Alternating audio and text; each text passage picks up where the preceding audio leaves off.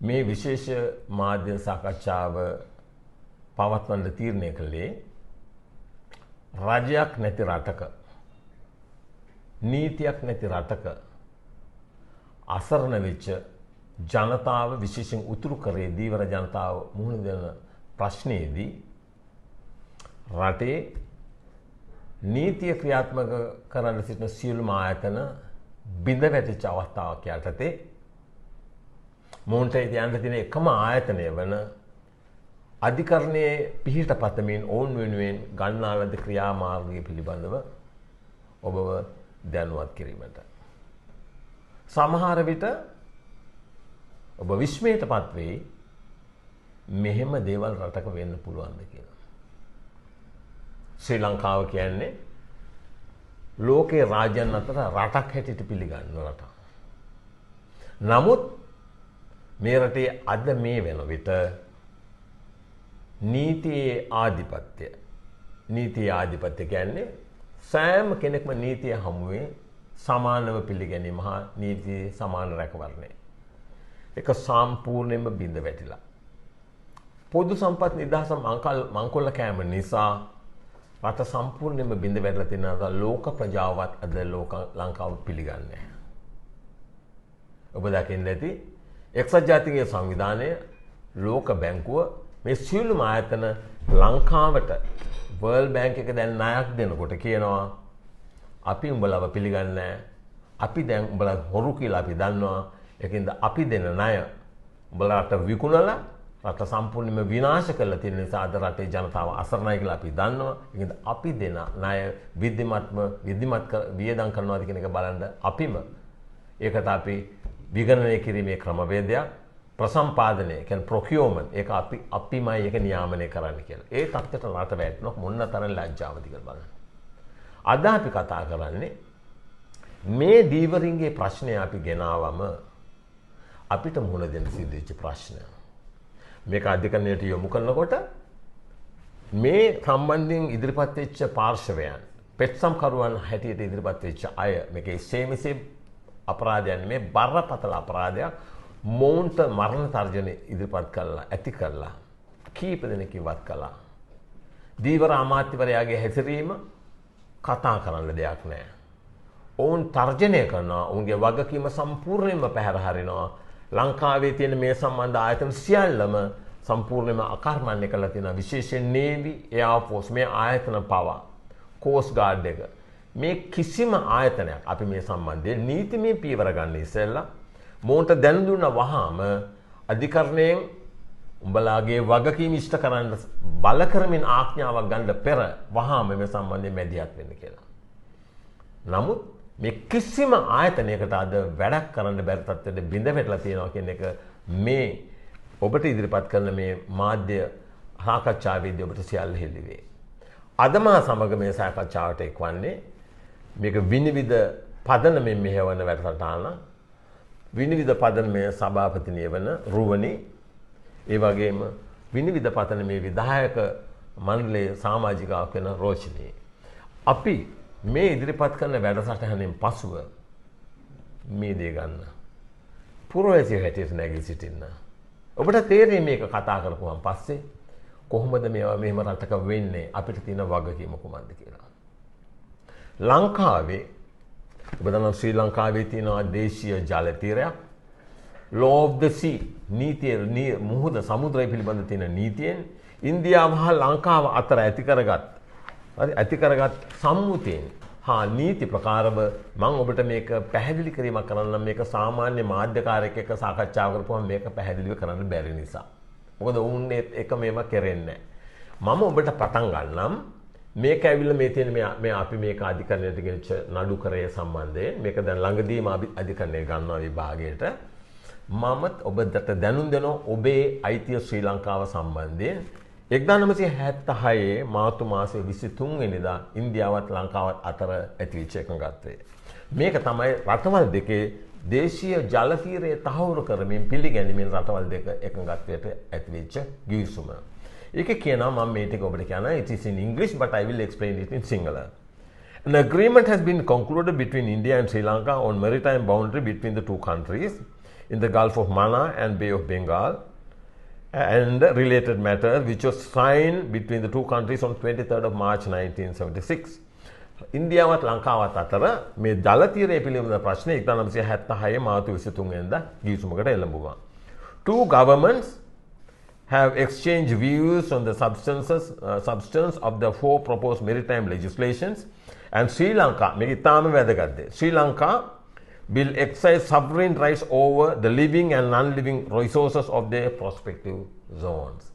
මේ ගිවිසුම ප්‍රකාරව ලංකාවට අයිති දේශීය ජල තීරය තුල කිසිදු ආකාරයකින් ඉන්දියාවට මැදිහත් වෙන්න බෑ. සම්පූර්ණයෙන්ම ඉන්දියාවට ලංකාව අපේ අයිතිය ක්‍රියාත්මක කරනවා. ඒ වගේම කියනවා fishing vessels and fishermen of India shall not engage in fishing in the historic waters, the territorial waters and exclusive economic zones of the Sri Lanka. Nor shall the fishing vessels and fishermen of Sri Lanka engage in fishing in Indian territorial waters. අපේ දේශීය ජල තීරය තුළ කිසිම හේතුවකට ඉන්දියාව කිසිම ආකාරයකින් මේ අපේ ජල තීරය තුළට ඇවිල්ලා අපේ සමුද්‍ර සම්පත් විනාශ කරන්නේ නැහැ කියන එක මේ රටවල් දෙක ගිවිසුමකට එළඹෙනවා 76 මාර්තු 23 වෙනිදා.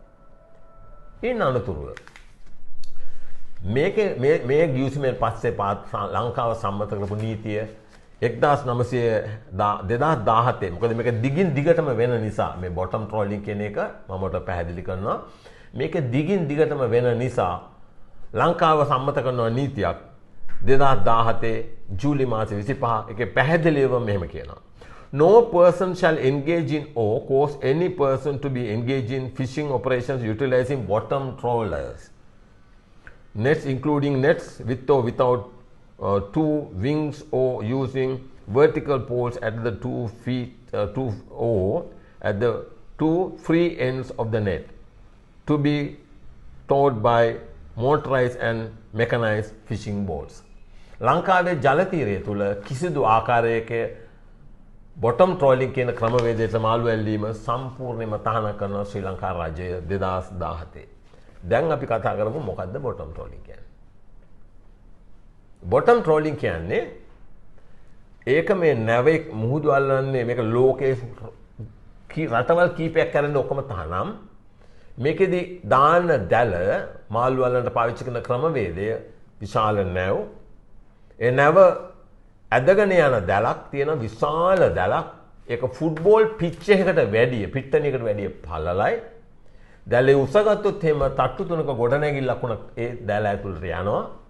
ඒක යන්නේ මුහුදු පත්ලෙන් ඇදගෙන යන්නේ. මුහුදු පත්ලෙට යකඩ වීල් දාලා ඇදගෙන යන්නේ. මුහුදු පත්ලේ තියෙන කුඩා පැලෑටි, සමුද්‍රයේ ඉන්න කුඩා මාළු බිත්තර, අවශ්‍ය අනවශ්‍ය ගල්මල් මේ ඔක්කොම මේකට ඇදලා ගන්නවා.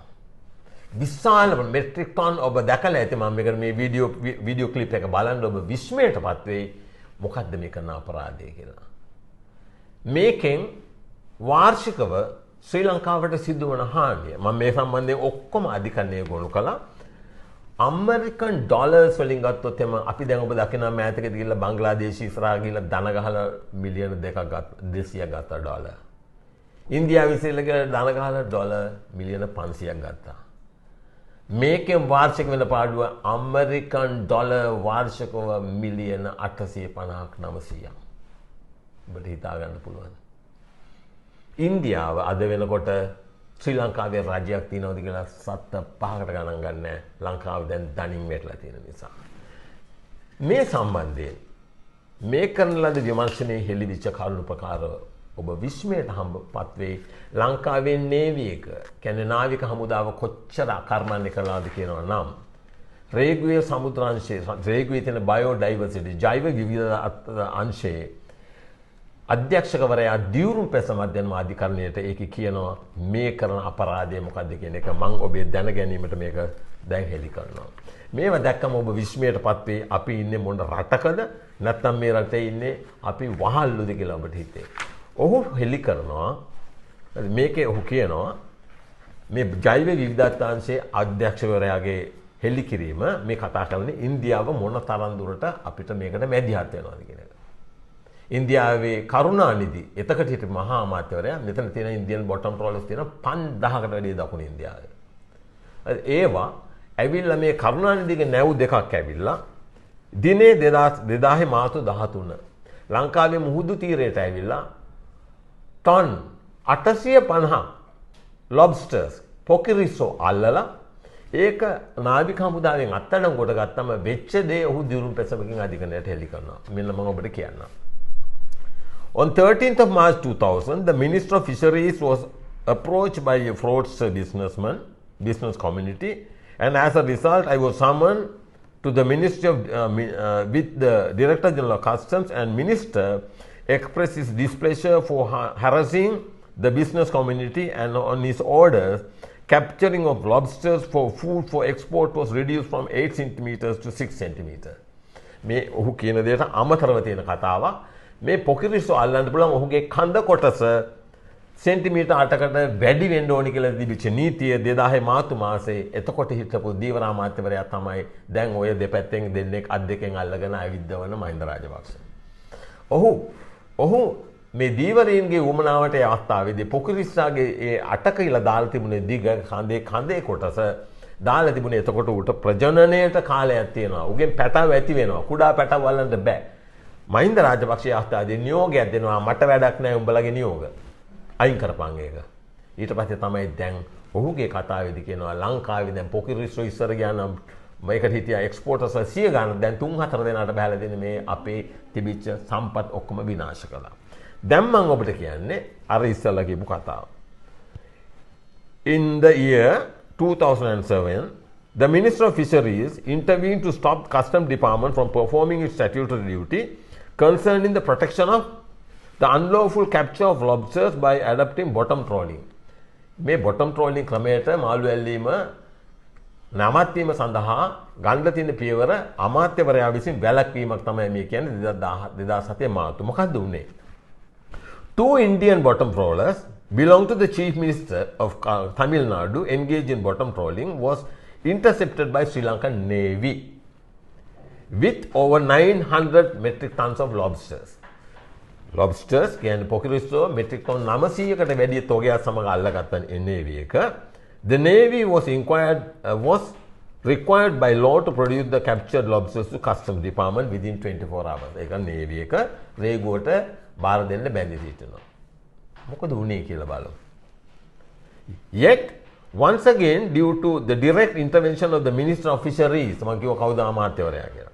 The Navy was prevented from producing the stock of lobsters captured illegally in the Sri Lankan waters with no legal action being taken against the offenders for unlawful fishing in the Sri Lankan territorial water. දැන් ඔබට පේනවද? දැන් තේරෙනවද ලංකාව අඟලක්වත් ඉස්සරහට යන්නේ නැතුව හිර වෙලා ආපස්සට යන්නේ ඇයි කියලා පේනවද? මෙච්චර සම්පත් තියෙන රටක් අපි හිර වෙලා තියන්නේ ඇවිල්ලා මේ රටේ මේ සිදුවන මහා මංකොල්ලයට. මොන්ට කිසි දෙයක් තේරෙන්නේ නැහැ මේ කරන අපරාධයෙන් අපේ රටට වෙන හානිය. නීතිය කොච්චරද කියනවා නම් මම ඔබට පැහැදිලි කරන්නම්. මේ ටිකක් දකින්න නීතියේ තියෙනවා මේ සම්බන්ධව ලංකාවේ මුහුදු කරේට ඇවිල්ලා මෙහෙම අල්ලුවාම නීතියෙන් බලය දීලා තියෙනවා කෙලින්ම ලක්ෂ 75 දක්වා මේ එන නැව් වලට දඩ ගන්න. 7.5 million. The magistrate is empowered to impose 7.5 million penalty. Who is there to enforce the rule of law? When the Navy is not empowered to do their statutory, enforce their statutory duty, what can the people expect from in this country? That is why the people in Mullatiu, they staged a protest about 2 weeks ago, and the police came and fired, not at them, and into the air, and then they dispersed the crowd. So this is the situation in this country. Are we going to tolerate this forever? We have tolerated this situation for 74 years. The fishermen in the north, they have no trust and confidence in their own politicians. We know they have the group called TNA. They have approached them many times, but they do nothing at all. Because the TNA expect Indian government to offer them. They are fighting for a Oromita Nadu, separate state in Sri Lanka. So therefore TNA is not least bothered about it. That is why the fishermen in the northern region, they approach the Vini Foundation. They know Vini Foundation will not tolerate wrongdoing in any manner.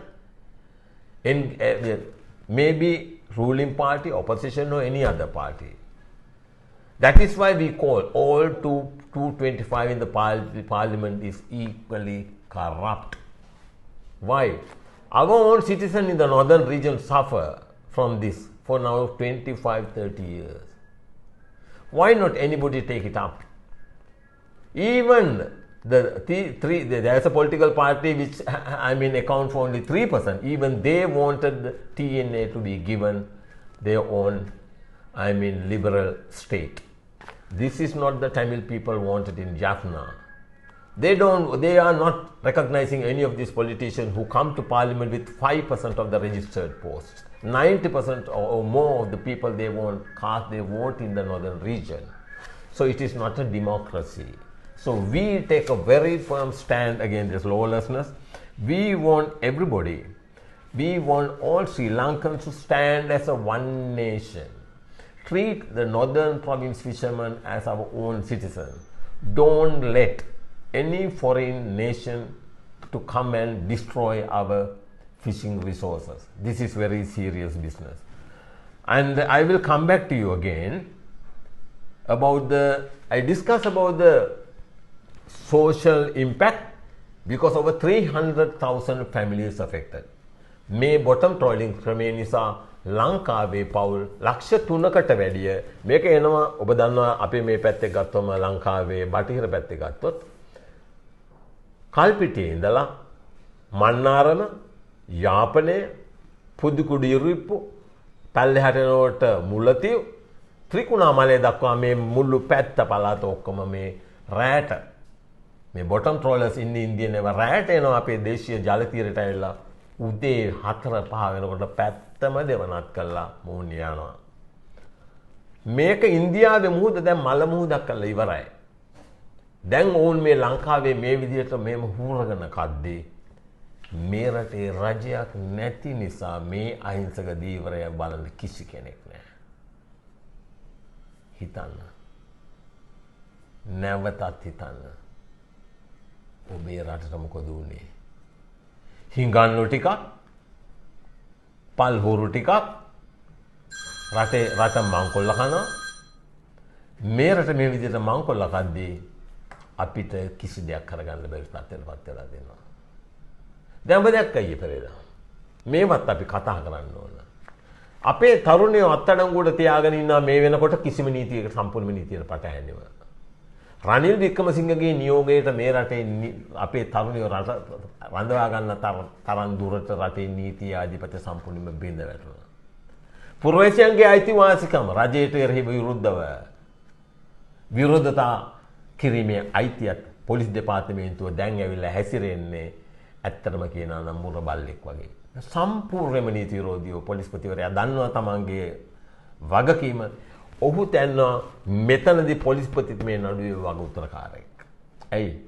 තමන්ගේ වගකීම නෛතික වගකීම පැත්තකට දාලා බලයේ තියෙන දේශපාලන පක්ෂය ආරක්ෂා කිරීමට මොවුන් කටයුතු කරන නිසා අපි ඔක්කොම අතරම. මේ අධිකරණයේ මේ නඩුව පැවැරවීමේ අරමුණ එකම මොකද්ද? මේක එකම අරමුණ මේ රටේ ජනතාවට උතුරු කරේ ජනතාවට යුක්තිය සාධාරණත්වය ඉෂ්ට කර දීම. ඔබ දැක්කා අර ලිට්‍රෝ ගෑස් ඒ වංචාවේදී ඒ අපරාධයේදී ගෙවල් 850ක් පමණ ගිනි ගත්තා. 7 දෙනෙක් මිය ගියා. බන්දුළු ගුණවර්ධන ලසන්ත අලගියවන්න පාර්ලිමේන්තුවේ දිගින් දිගටම බොරු කිව්වා රටේ ජනතාව වංචා කළා. 7-5ක වන්දියක් දුන්නේ නැහැ. 7 දෙනෙක් මිය ගියා කිසිම වන්දියක් දුන්නේ නැහැ. අපි විනිවිද පදනම අපි රටේ ජනතාවට ආයාචනා කළා. අපි දරුවෝ 4 දෙනෙක්ගේ මියගේ මාවක් වෙනුවෙන් අපි දසලක්ෂයක් යොතු කරලා දුන්නේ රටේ ආණ්ඩුවක් නැති නිසා. අධිකරණයට ගිහලා අපි යුක්තිය ඉල්ලා සිටියා. අභියාචන අධිකරණය පැහැදිලි නඩු තීන්දුවක් දීලා මේ ඔක්කොම වැරදි සංයුතියෙන් යුක්ත ගෑස් සිලින්ඩර්ස් ඔක්කොම ආපහු කැඳවීමටත් වෙළඳපොලේ තියෙන ඒවා කැඳවීමටත් මින් ඉදිරියට ගෑස් සිලින්ඩර් එකේ මුද්‍රා කරලා ඒකේ සංයුතිය මුද්‍රා කරලා වෙළඳපොලට දැමීමටත් නියෝගයක් කරලා දුන්නා. ඒ වගේම තමයි මෙතනදීත් අපිට දැන් යන්න සිද්ධ වෙලා තියෙනවා ජනතාව වෙනුවෙන් අපි ඒකයි මම කිව්වේ එකම රටක් එකම දයක් එකම නීතියක් කියන සංකල්පය තමයි අපි එකම පිළිගැනීම. අපිට උතුරේ පුරවැසියෝ දකුණේ පුරවැසියෝ අතර කිසිම වෙනසක් නැහැ. We treat every citizen in this country whether they represent the northern region or the southern region as citizens who are entitled to equal protection and equality before law. That is what the Constitution says. Article 12 of the Constitution says every person in this country is equal before law and entitled to equal protection. But it is only on the paper. Ranil Wickremesinghe can rob 3 billions and get away. But the poor person, කොස්ගෙඩියක් දෙල් ගෙඩියක් අපමිනේ හිරේ යන්න ඕන. මේකයි මේ රටේ තත්ත්වය. මේකට එරෙහිව තමයි අපි මේ සටන දියත් කළේ. දැන් ඔබට තේනවා නම් මේ සම්බන්ධයෙන් අපි අධිකරණයෙන් මේ සම්බන්ධයෙන් මේ ඉල්ලීම කරන්නේ හරිද? මේක ඊටාම වැදගත් දෙයක්. අධිකරණය මේ ගැන ඉල්ලීම කරන්නේ මම ඔබට කිව්වා නීතිය හරියට බලගන්නවා නම් අපිට මේකේ යුක්තියක් ඉෂ්ට කරන එක අනිවාර්යයෙන්ම කරන්න ඕන. ලංකාවේ වෙරළ ආරක්ෂක හමුදාව, නාවික හමුදාව, ගුවන් හමුදාව, ඊළඟට කාගේද ඩග්ලස් දේවානන්දගේ අමාත්‍යාංශය මේ සියලු දෙනාටම ඩග්ලස් දේවානන්ද මිනිස්ටර් මම මේ නඩුව පවරපු කට්ටියගේ චූදිතයන්ගේ වගුතර කරුවන්ගේ නම් මේ කියන්නේ Douglas Devananda, Minister of Fisheries and Aquatic Resources, and the Secretary to the Ministry of Fisheries and Aquatic Resources, and the Director General of the Ministry, the Director General of Sri Lanka Coast Guard, the Commander of Sri Lanka Navy, the Commander of Sri Lanka Air Force, the Secretary to the Ministry of Defence, Director General of Wildlife Conservation, and the Inspector General of Police. අපි මොන්ට මැදිහත් වෙන්න කියලා දුන්නේ පහුගිය 7 වෙනිදා කිව්වා මේකට කරුණා කරලා මැදිහත් වෙන්න. ඔබ මහ ජනතාවගේ බදු මුදලින් පඩි ගන්න අය. ඔබට වැඩක් නැහැ 225 ආරක්ෂා කිරීම. ඔබේ වගකීම රටේ පුරවැසියාගේ ආරක්ෂාව වෙනුවෙන් පෙනී සිටීමට. පුරවැසියාට කරගන්න දෙයක් බැරි තමයි එදා මීට සති දෙකකට කලින් මුලතිව්වලදී මේ විදිහට බෝට්ටු ගිනි තිබ්බේ. පුරවැසියෝ මේ නඩු කරේට ඉදිරිපත් වෙනකොට උදුරු ඇති ඩග්ලස් දේවානන්දගේ කට්ටිය කියලා වුණොත් තර්ජනය කළා හිටන් මේ නඩුවෙන් ඉවත් කළා. ඒ නිසා තමයි අපේ සංවිධානයේ විනිවිද පදනමේ සභාපතිනි හැටියට අපේ රුවනිට මේ නඩුවේ පෙත්සම් කාර්යයක් හැටියට ඉදිරිපත් වෙන්න සිද්ධ වුණේ. 3 දෙනෙක් හිටියා. උතුරේ දෙමළ ජනතාව නියෝජනය කරන උතුරේ අපේ පුරවැසියෝ නියෝජනය කරන 3 දෙනෙක් හිටියා. අන්තිමට එක්කෙනාටයි එන්න පුළුවන් වුණේ තර්ජනය නිසා උන්ට එන්න බැරි වුණා. මොකද මේකත් මේ අපරාධය වෙන්නේ සම්පූර්ණයෙන්ම ශ්‍රී ලංකා රජයේ දැනුම ඇතුව රජයේ දැන් දන ගහලා ඉන්න ලෝකයේ හමුවේ රටේ පුරවැසියා අසරණයි. මම දැන් ආරාධනා කරන රුවිනිට ඇයට මේ සම්බන්ධයෙන් කෙටියෙන් අදහස් කීපයක් ප්‍රකාශ කරන්න කියලා.